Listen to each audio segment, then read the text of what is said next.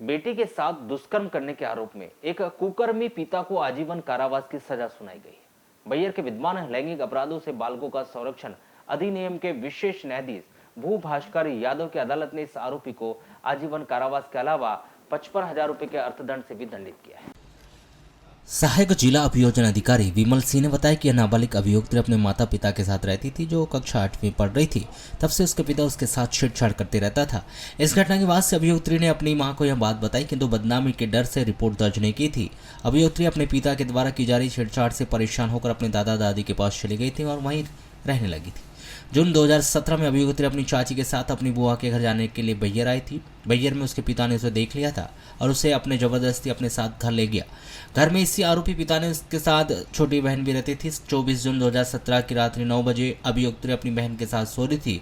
तभी उसके आरोपी पिता ने उसे जबरदस्ती दूसरे कमरे में ले जाकर दुष्कर्म किया और उसकी गर्दन में चाकू रख दिया था। उसे बचाने के लिए जब अभियुक्त्री की छोटी बहन आई तो उसे भी मार डालने की धमकी दे दी थी।